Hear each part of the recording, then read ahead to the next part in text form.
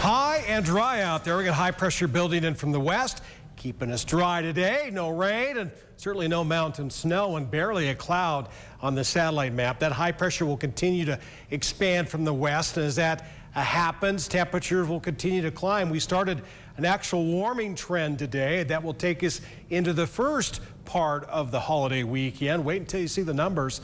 In fact, not only will it get warm, we'll call it hot, record heat, as a matter of fact, going into the weekend. So clear sky tonight. Won't be quite as cold as it was last night. Now, last night in Idaho Falls, we barely stayed above freezing. We had a low of 33.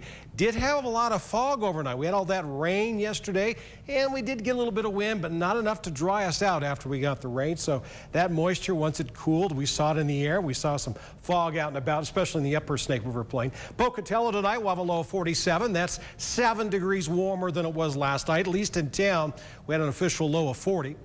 Chalice, 47 tonight, clear sky. Looks like we'll stay above freezing in Stanley at 34. Freezing cold again in Yellowstone, but not quite as cold as it was last night. A lot of us in western Wyoming had low temperatures in the 20s. We'll actually stay above freezing in Jackson with a low of 36. And also above freezing Island Park. We were freezing cold last night. Tonight we'll be in the mid-30s. Now Downey, 40 for a low. Freezing though in Montpelier, but not quite as cold as the low in the upper 20s that we had last night. Soda Springs, 36 for low and a clear sky expected for that neck of the woods. And for that neck of the woods tomorrow, more sunshine as the high pressure expands our way. Temperatures will expand upward. Downey up to 84, 87 Willamette City, Preston 86. So we're all warmer tomorrow by about 10 to 15 degrees depending on locations. For the upper highlands, western Wyoming, near 80 in Afton, lower 80s up in Clark County, DuBois at 81, 86 in Arco, 87 in Chalice. This is a little more typical for early September. Yeah, today still a little bit on the cool side, and will be a little more typical too for the second day of September for the Snake River Plain. We're up to 87 tomorrow. So that's over 10 degrees warmer than it was this afternoon. Idaho Falls will top out at 85. Southeast Idaho Chevy dealer 7-day forecast. Looking ahead, we've got the holiday weekend coming up. We're already in the 90s on Thursday. As you can see, setting the stage for a really hot start to the weekend. That 98 will be a record high.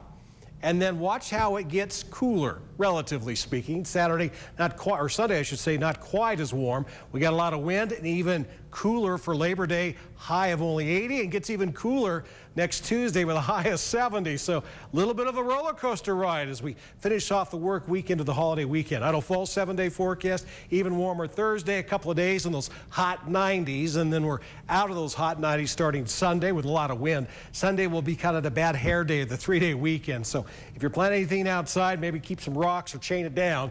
You don't want it to fly away, right? Teton area, we even got wind there on Sunday. A very warm start, though, for the holiday weekend, 88. And for the Central Mountains, dry weather for the next 7 days like the rest of us. We'll be in the 90s on Thursday, mid-90s on Friday, mid-90s on Saturday, and then back it off. Look at that. Next Tuesday, a week from now, 68 degrees. Back to where we started, right?